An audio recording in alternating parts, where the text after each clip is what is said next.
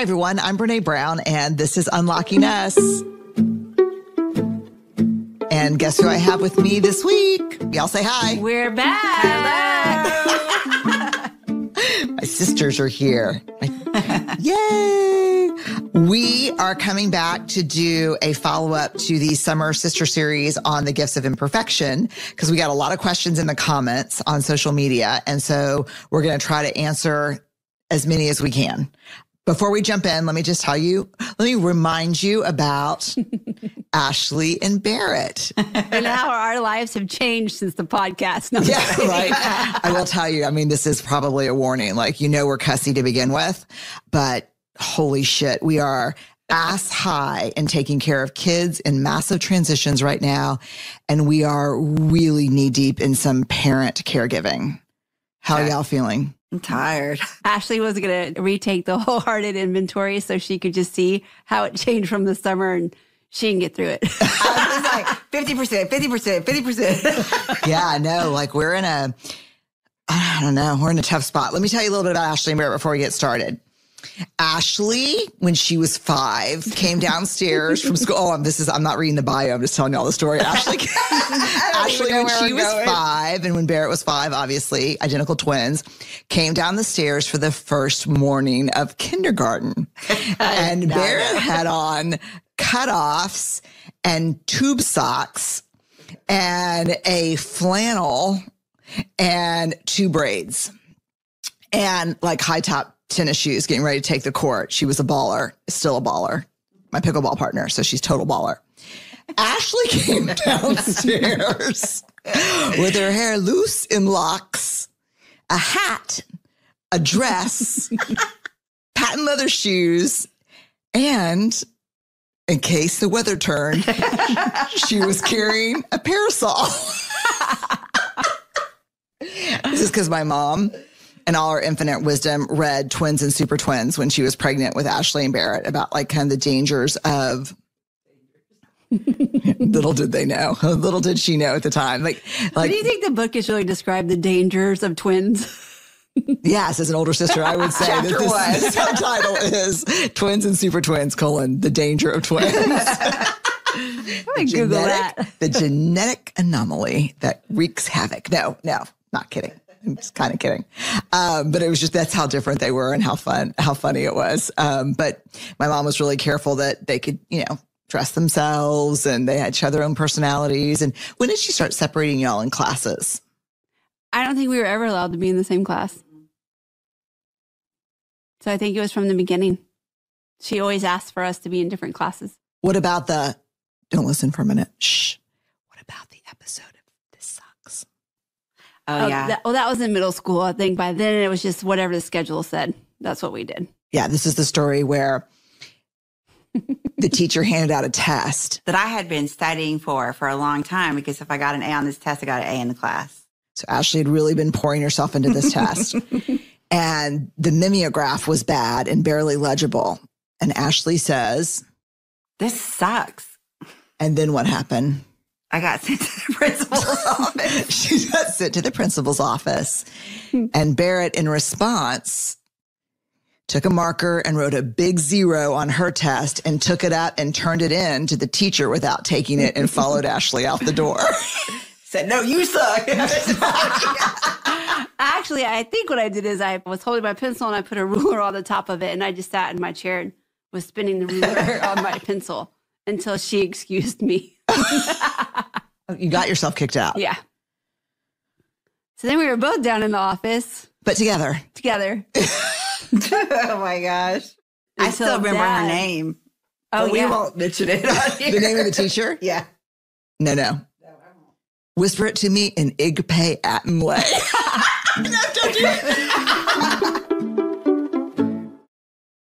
Okay. So Ashley and Barrett, serious bio. Ashley is an LCSW licensed clinical social worker. Finally, that license got updated by the state. the clinical license. Like you get your MSW, Master's in Social Work, and then you're like a licensed Master's in Social Worker. Then you have to go do a jillion hours of therapy and then sit for a monster exam. Then you pass that. And then the state has to like actually do it on their record. So congratulations on your LCSW being final. She has a Bachelor of Science in Interdisciplinary Studies with a specialization in early childhood education from Texas State University in San Marcos, Texas. Favorite restaurant in San Marcos? Gilbert's. Okay. Oh, I like this sentence. Fueling a passion. Let's do it from like the movie thing. In a world where she is fueled by a passion from working over a decade in Title I schools in HISD, Houston Independent School District, Ashley pursued a Master of Social Work from the University of Houston Graduate College of Social Work. Go Cougs. Go Cougs. Whose house? Cougs house. Okay. People are going to see you walking right now, either laughing or rolling your eyes and be like, what is that person listening to? She is a senior director of the Daring Way. She leads the Daring Way internship program. That's our program for clinicians and therapists and counselors. She also oversees our internship program with MSW students who get trained in our work, and they deliver the work at different therapy groups around Houston. It's incredible. Oh, Barrett's telling Ashley, get close to it. Why don't you pull the microphone towards you? And you have to. Can I just hold it and dance? Yes. That will Dancing Queen. That's my ringer for Ashley when she calls Dancing Queen. Barrett's is brown eyed girl. Just too much information. Shit, man, we're not even through the bios yet. Okay. Barrett, in a world where I'm always losing my mind, Barrett Guillen is chief of staff for Brene Brown Education Research Group. With her team, Barrett runs a big team. Barrett supports both me and the organization by helping prioritize competing demands, managing relationships, and building connective tissue and strategy across all the business initiatives. She has a bachelor's and master's degree in kinesiology from the University of Houston. Whose house? Cougs house. After more than a decade in education in the Texas Panhandle, Barrett and her family made the move back to Houston. What do we say about that, Ashley? Hell yeah. About time. Yeah, come on back. To join our team and help make the world a braver place. You can find her most of the time with her family, us and her immediate family and the big extended family, enjoying her daughter's games. It's not unusual if she texts me on Saturday morning saying, can't talk, have 2 soccer games, softball game, and something else. I don't know, basketball. Frankie, her husband, makes great burgers, and she likes to float in water, any water. Mostly it's the bathtub. No. Do you take a bath? No. Are you a bather? I'm not a bather. Oh, me neither. We were raised like, don't be in that dirty water. Like are you? Do you like to take a bath? No, I don't like that. If I do take a bath, I have to take a shower after. And she's my pickleball partner. Did I mention that? Okay, let's get started. All right, questions. Number 1. Well, so we found these questions from the sister series over the summer and social media, right? Yeah, did I not say that? I don't think you have. I did. Oh, you did? I did. In the beginning. I don't remember. New phone, who dis? Oh, man, y'all, I'm telling you, we're at the end of, like, if you're out there, like, let's just do this, like a little solidarity. No one will know what you're doing.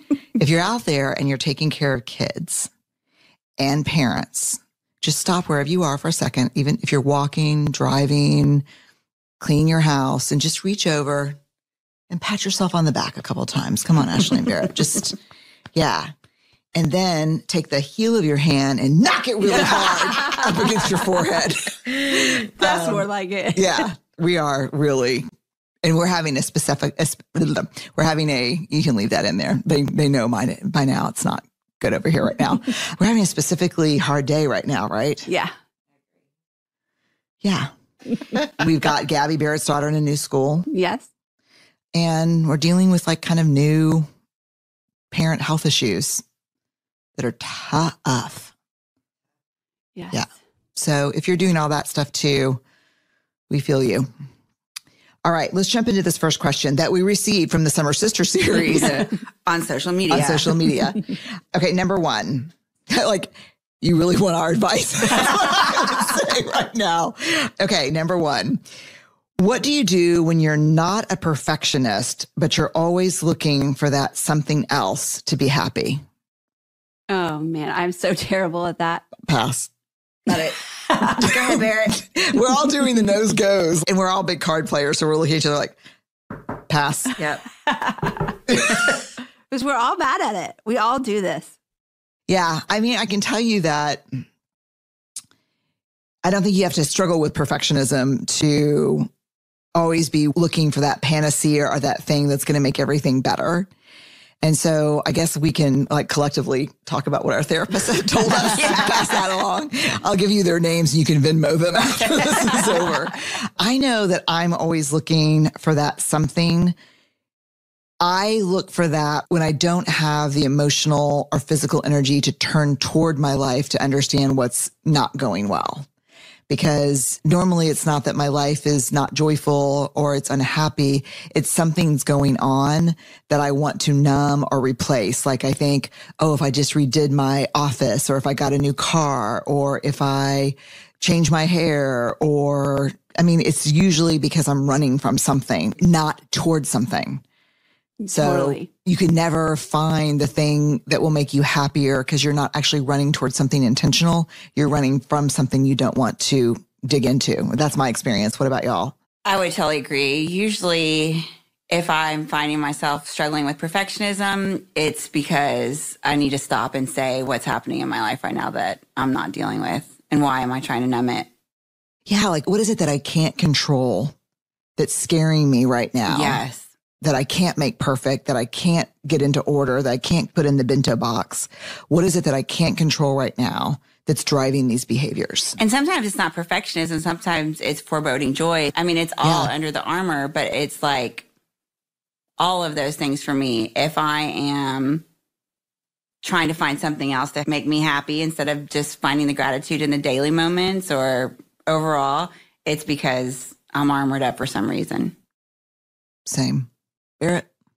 Yeah, same. I do the same thing, and I can just like be like laying. I don't know if y'all do this, so if you don't, just say you do. So I'm not alone in it. So you want us to lie? Yeah, That's good. we got you. Like, I don't know if y'all do this, but sometimes I'm like making up a workout routine in my head for a bit. Like when I'm laying in bed, I'll like, oh, I'm going to start doing this. I'm going to start doing it Monday. And then Monday comes and I have like a little cough or something. I'm like, I'm really sick this time. So I have to wait until next Monday. I don't know what you're talking about. No. So it's like always waiting for that something else. Is like, I don't know what's getting in the way, but it's usually not the little sniffle. I do the same thing. I mean, there is nothing better for me, especially when I'm thinking about like healthy eating and not dieting or restrictive, but just healthy eating. There's nothing better for me than the meal that you eat between the commitment to change your eating habits and then the start date. Yes. Like that meal, that chicken fried steak. Best ever. Best mashed potatoes, cream gravy. Best. Cornbread or roll? Roll. With that meal, roll. I'm roll too, but butter, right? Yeah, Yes. because you have to have it for the gravy. Yeah. Totally. Like butter on the roll, butter on the mashed potatoes. But while we're at it, we should just go ahead and plan the next night to have chili with cornbread since you brought it up.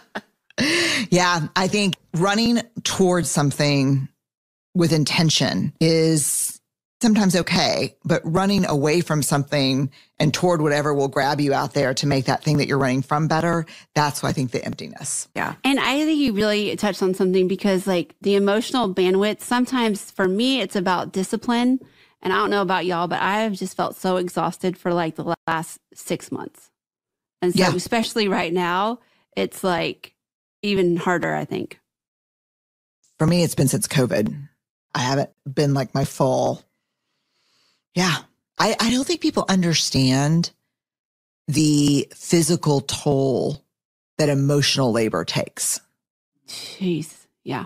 And those small moments that fill you back up after you go to hard places have been non-existent for a lot of people. So for a lot of people, it could be laughing about a TV show at the kitchen bar with all your friends at work. Well, we haven't been in the office since March of 2020. So those little small moments that can fill us back up and bring us joy have kind of been non-existent through COVID and the pandemic. It's been hard. And I think when you're in something really hard, like caregiving for parents, you just keep doing the next right thing.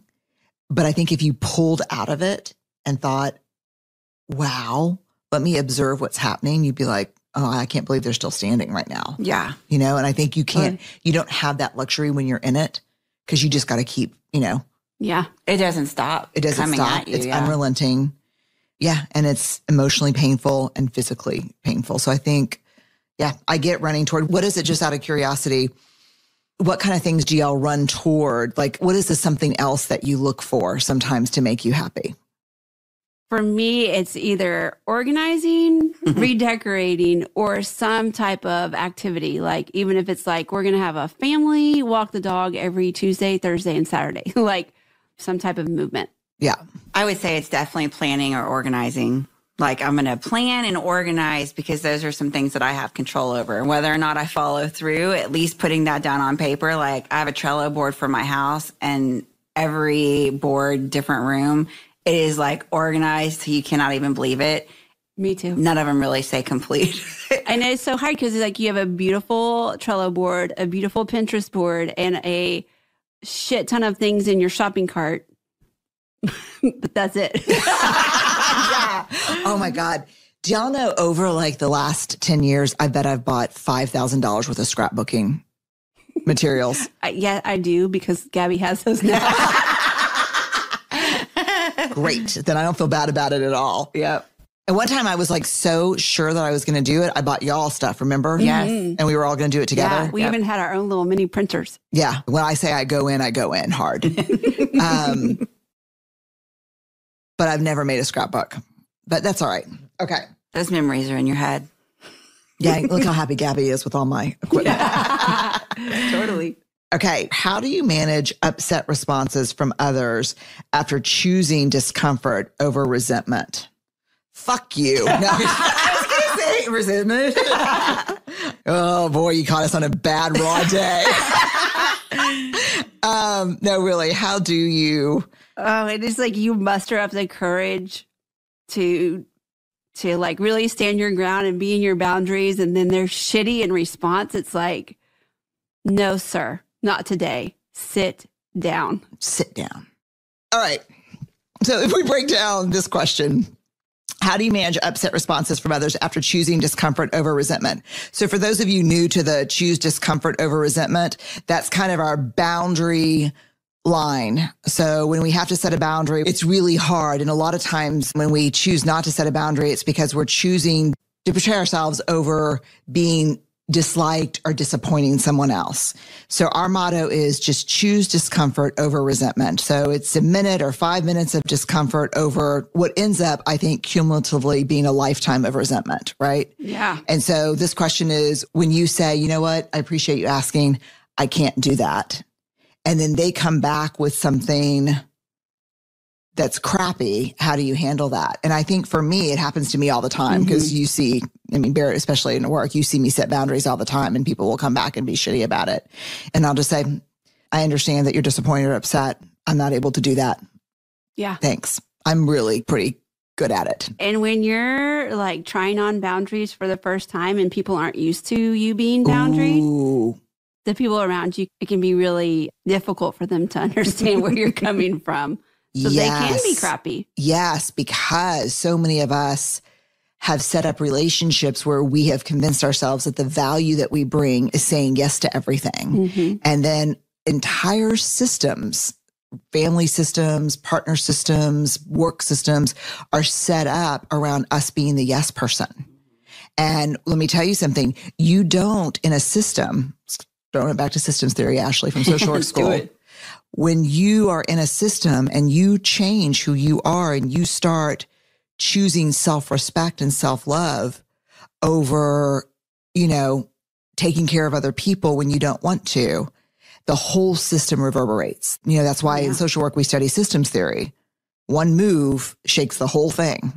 Yeah. So Barrett, that's a really good point. When you start setting boundaries, a lot of people can be like, wow, who do you think you are? Or, where does that come from? I'll tell you that I can remember the people involved. So Ellen must have been in middle school maybe, but I was asked to do something for the school and I was standing with a couple of other parents. I think these happened to all be moms. And the principal asked me if I would do something. And I said, no, I really can't take that on right now. My plate's really full, but please ask again. And the principal said, she was great. She's like, oh, great. Thanks. I'm glad you said no, because that means I'll ask again if I know that if you can't do it or if it doesn't work, you'll say no, which is just something that people don't think about. Like, I'm much more comfortable asking people for things if I know they'll say no if they can't do it. Yeah. And when I walked away, the two women I was standing with were like, oh my God. Like, as if I weren't there. They're just talking about me to each other. She just said no. Like, she said, no, I'm sorry, I can't do that. And it was like shocking to them. And they were so they didn't even, it was like I made up that they didn't even know that was in the consideration set. It's hard. And let me tell you, in your family too. Talk a little bit about being a boundary bully. Just give us the 2-minute rundown on the boundary bully. Oh yeah. When I first started trying out on boundaries, I was awful. Like, I swung way too far the other way. Someone would say, oh, this is great. This is a good story. We were pretty strict around violence on television with my kids growing up. Let me just tell you this. This is an aside. Do you know that Ellen, who's now 22 in graduate school, do you know that Ellen tells me that there's a meme, an entire club of people who are identified by not being able to watch SpongeBob growing up? Like, oh, no. Like they made, that's like a joke. Like, wow. Were you or were you not, like, dividing into two groups of people in college? Those who could watch SpongeBob and those who could not. Yeah. And I did not know that. Yeah. My kids could not watch SpongeBob. Same. Is that because I didn't let mine? I'm the oldest? Probably. Thank you for that. Sorry to my sweet nieces. No, we thank you for that. Yeah. Yeah. We were. So no. That's not violence. But so Charlie and Ellen watched calmer movies till they got older. And it was Charlie. Charlie ended up going to a friend's house for a play date, and he was probably in 3rd grade. And the mom called and said, listen, I just wanted to let you know. Oh, I'm conflating two stories. Hold on. Let me tell both. First, it's Ellen.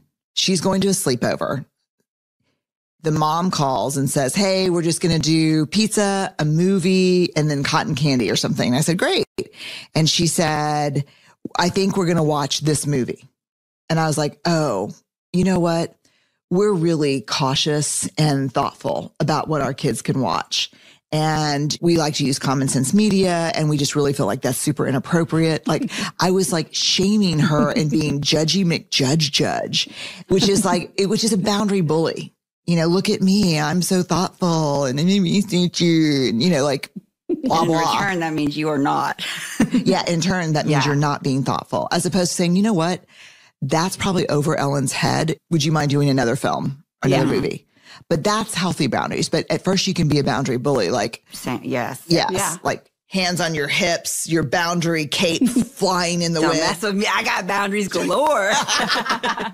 Yeah. No, the other one was actually a good one. This was another kind of cool lesson. I always think about kids making the transition from compliance to commitment.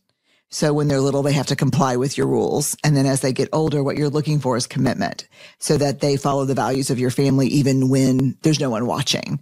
And I remember Charlie going over to a friend's house in 3rd grade, and the mama said, you want to come pick him up, or I'll send him down the street? And I said, sure. And she said, I just want to let you know that we were watching Jurassic Park. And Charlie said, I'm sorry, I'm not allowed to watch that. Can we watch something else? And she said, I just thought that was really great. She said, I was a little concerned because, like, my 3-year-old, my kindergartner were watching it too. And then that's when I knew I wasn't. And I was like, you know what? It's probably great for some people, but for us, he hasn't seen anything like that. And so probably better that he watches the first time with us. Have y'all been boundary bullies before? 100%. Yeah. Yeah. I can't think of any specific examples, but I think I even came to you and I was like, whoa, I'm like out of control. And you're like, let me tell you the story about boundary bullies. And I was like, that's where I'm at right now. I think it's when boundaries have self-righteousness attached to it. Mm-hmm. It's hard to try them on, though. I mean, it's hard because I definitely fall in the camp of finding value and being the take care of everything, can say yes to everything. So trying on boundaries is hard. But let's talk about that, because I have value in being the yes person and not disappointing anybody either. But then I do disappoint people because I can't deliver, or I'm late, or I cancel at the last minute. Disappoint yourself. And have to choose commitments at work that I said yes to over my family. And then there's grief attached to that and rage. Yeah. And so I think pretending that we can deliver on things that we actually can't deliver on because we're afraid to say, I need help or I can't do this, ends up hurting a lot of people, not just ourselves.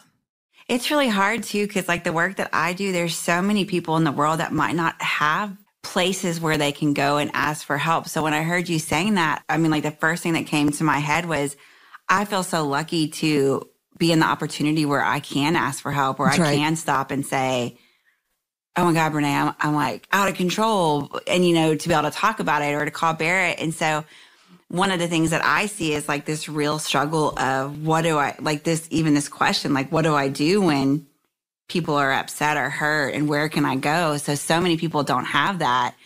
And I love the idea of talking about how we can cultivate new friendships or relationships around being, I don't know if it's an accountability partner or maybe just someone I can check in with about it. So I was just thinking that when you said that, all of that came into my mind when you said that. Yeah, no, because I'm thinking about, you know, a lot of the clients that you run groups with that don't have a safe place to try on or say, wow, that shit didn't work today. Yeah. You know, and the consequences are huge sometimes if they make the wrong call.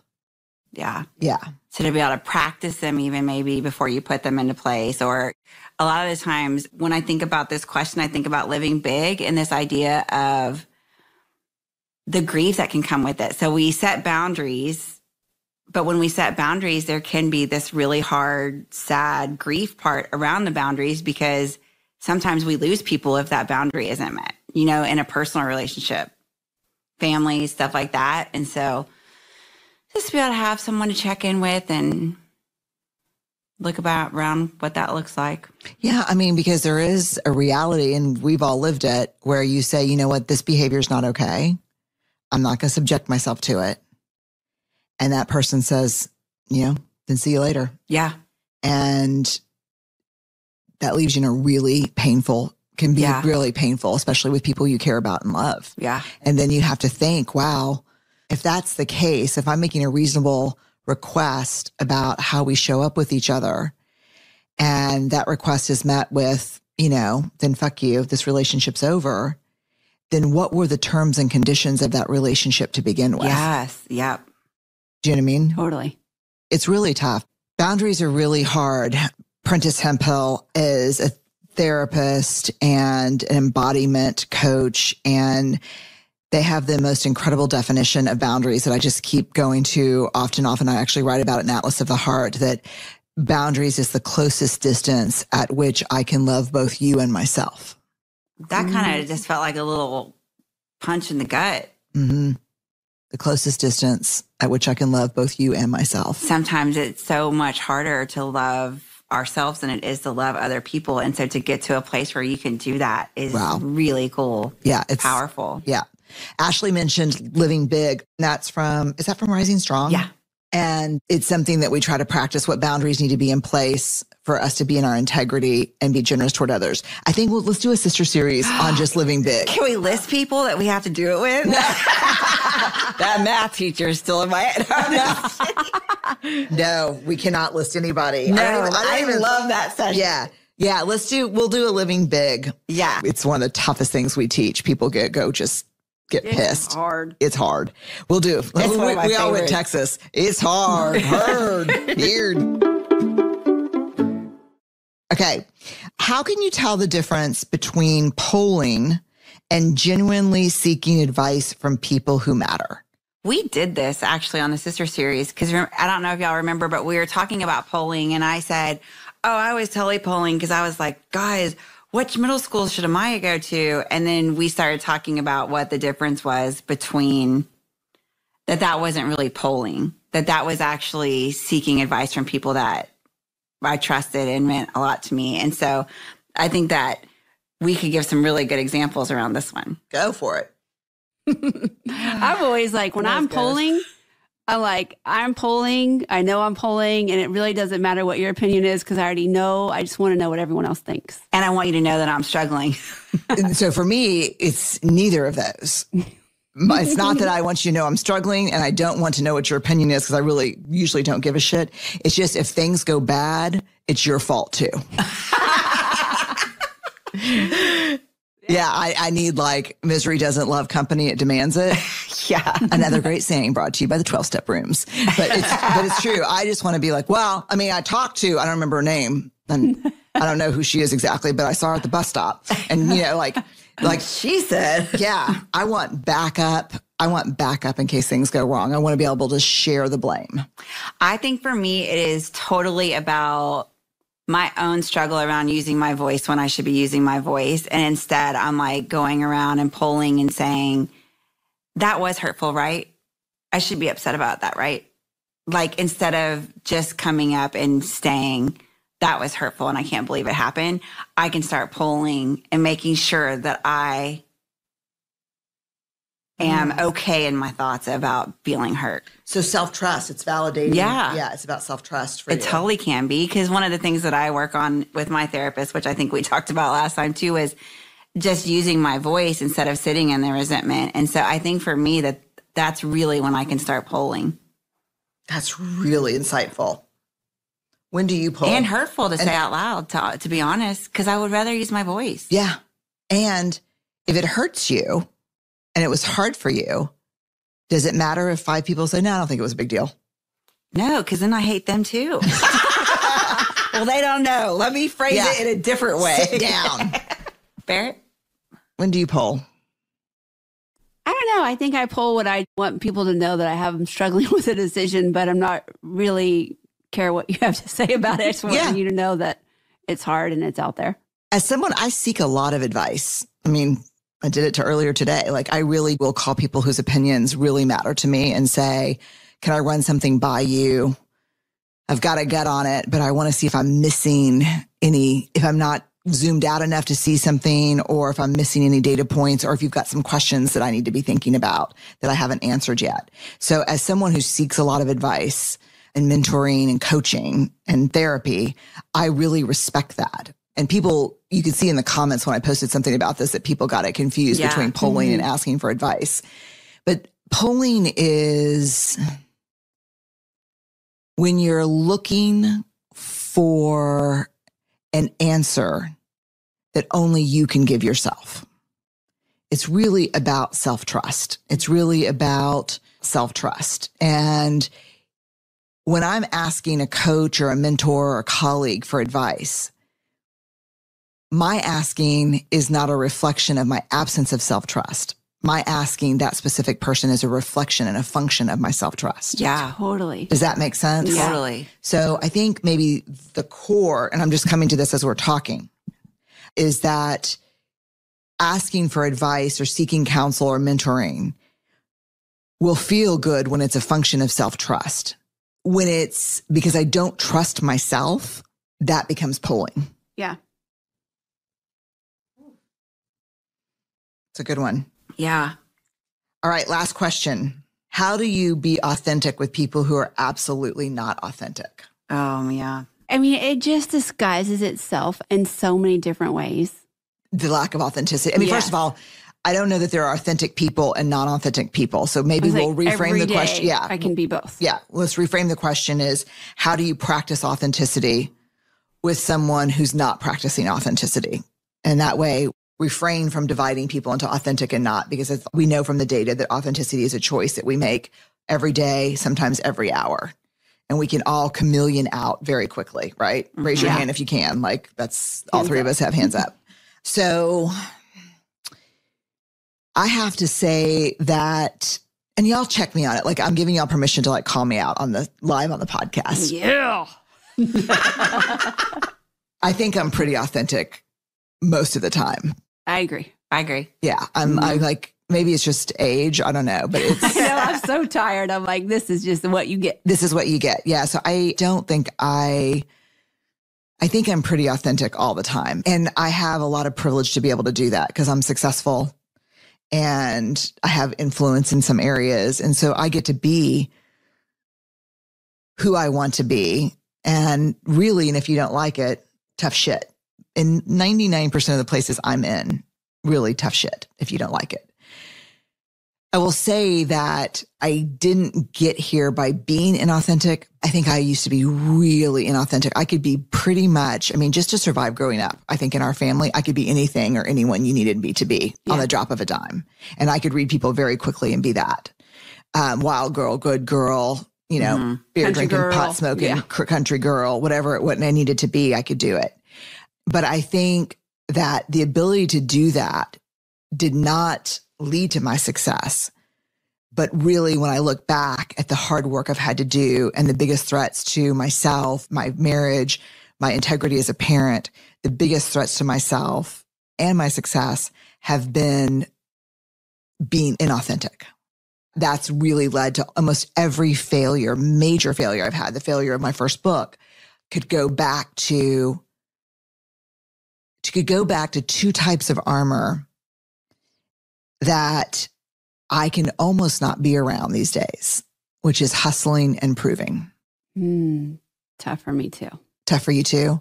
Like when people are constantly hustling for their worth and validation of their importance, and they're constantly proving and being knowers instead of learners. I don't think that was actually my armor. My armor was more of the good girl, say what I'm supposed to say to make you feel good about yourself. I was always really curious and a learner, but I was a prover.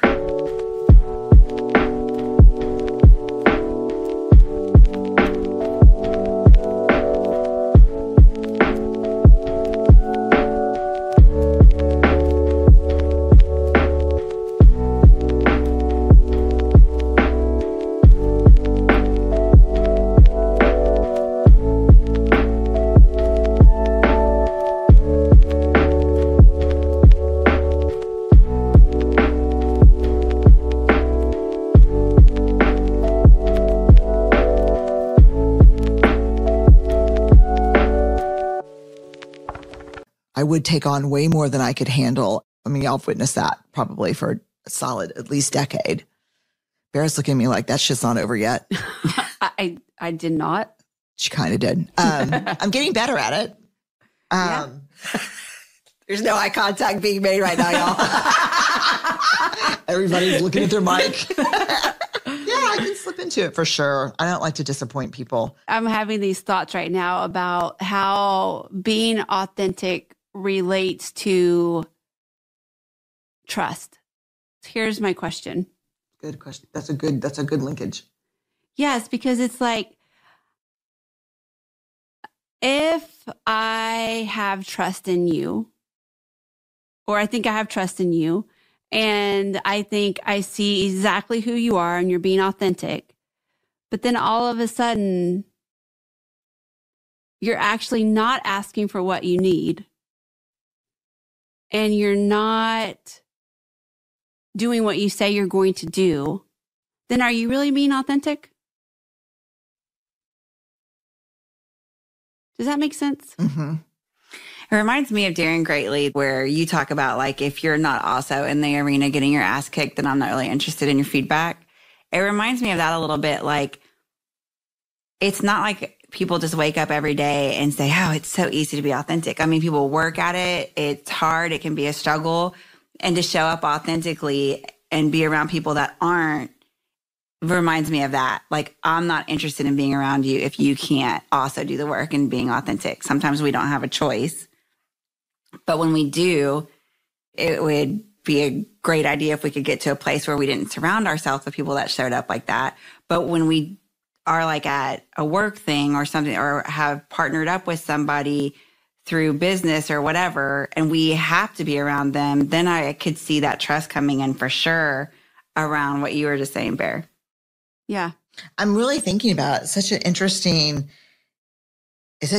connection y'all are making. I think if you think about braving, boundaries, reliability, accountability, vault, integrity, non-judgment, and generosity, I don't think when I'm not authentic, I'm not in my integrity. Yeah. Mm-hmm. And I'm also not reliable because you don't know who you're dealing with. Yeah.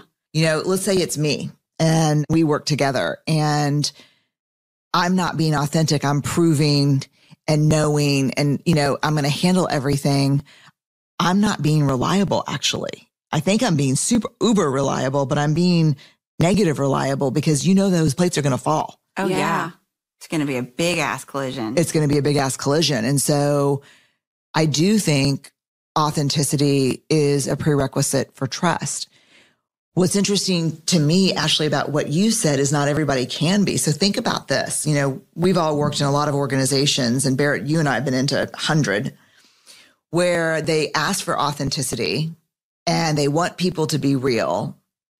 And yet they've built cultures where real is white, male, buttoned up, and anything that doesn't look like that is not, oh, Brene's being authentic. This is who she is, and let's celebrate that. It's Brene's bossy.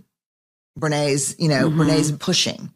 Brene's asking too many questions. Brene doesn't know her place. And then all of a sudden, if you expect authenticity, whether you're, leading a company or you're a friend, then I think you better expect discomfort.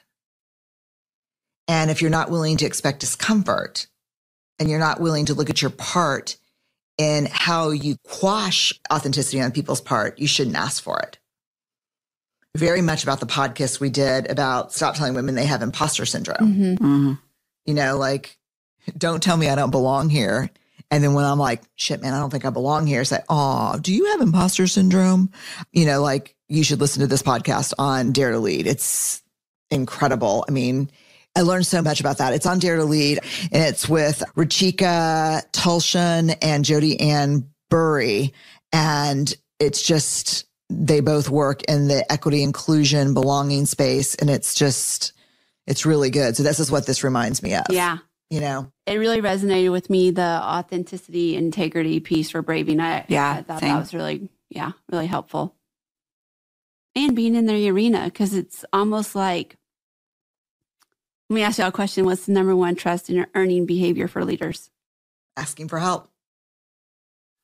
I ask for help a lot, I feel like. Yeah, no, I mean, but you know what? I ask for help a lot too. Yeah, Same. I agree. Yeah. But I think we've all really gotten better about asking for what we need For to. sure. Yeah. Even with each other, and like we'll just come full circle, like even with, taking care of parents. Yeah. We have, you did it today. I sure did. Like we were in the middle of a minor crisis. I was like, I'm going to have to ask for what I need here. If you want to do this podcast today, I'm going to have to let you go. Yeah. I'm like, yeah, great. And then I'll just text. I'll be like, no bandwidth, not me. Tag, you're it. Yeah. Yes. That I'm really grateful for that. Me too. Same. I appreciate y'all for that. Yeah. And we have to acknowledge too, there's a lot of people that don't have a tag. Yeah. Mhm. God dang. Tough. Really tough. All right. Thank y'all for being on the podcast again. Oh, and We'll be back with Living Big. Yeah. Oh, Living yeah. We'll Big. do Living Big for sure. Y'all will love that. That is such a crispy, crunchy, aggravating topic. It's so hard. I always love Brene's accent around it too, because she's always like, hell no. Yeah, that's a bad story. That the whole Living Big story is based on the icing swiper. More to come. Do you remember? Yeah. Icing swiper. Icing Swiper, no swiper. swiper. Swiper, no swiping. Swiping. Yeah, come on. They were allowed to watch Dora. Yeah. And Miguel and Diego. Jesus, no. Maya and Miguel. Oh, I don't know them. I do love the Backyardigans. Oh, wait. Me too. Have y'all seen on TikTok? Like, I don't know, we're newer to TikTok. At least Ashley and I are. Now we're like in this rabbit hole of TikTok. But it's like the people get together and they sing the intro to the Backyardigans. Have y'all seen it? Oh, yes. It's I have so not. cute. Oh my God. It's a total thing going around TikTok about 6 months ago. I'm behind. It's I used okay. the word chuggy in front of Brene, and Brene looked at mine and said, isn't chuggy chuggy? I was like, oh, whatever, y'all. I don't like chuggy. I think it could be shaming. Well, we could just have a story. We could have a podcast about chuggy. Yeah, because does that mean like that's out of style? Yeah. Think about all the people who said my clogs were chuggy. And what's the key to the clogs? You just don't ever stop wearing them from the 70s. They're back. They never were out. Well, if you ask my feet. Yeah, my feet. Right now, I just saw this article about the shoes you should get for the fall, and there they were. And who's been wearing them every fall since 4th grade? Brene Brown. All right, y'all. Thank you for joining us on Unlocking Us. There's no information to give you here. Call your local mental health professional if this has been too much for you. We're here on Spotify, and join us in staying awkward, brave, and kind. You can see that's a genetic trait, all three of those. We'll be back soon. Thanks. Unlocking Us is a Spotify original from Parcast. It's hosted by me, Brene Brown. It's produced by Max Cutler, Kristen Acevedo, Carly Madden, and Tristan McNeil, and by Weird Lucy Productions. Sound design by Tristan McNeil, and music is by the amazing Carrie Rodriguez and the amazing Gina Chavez.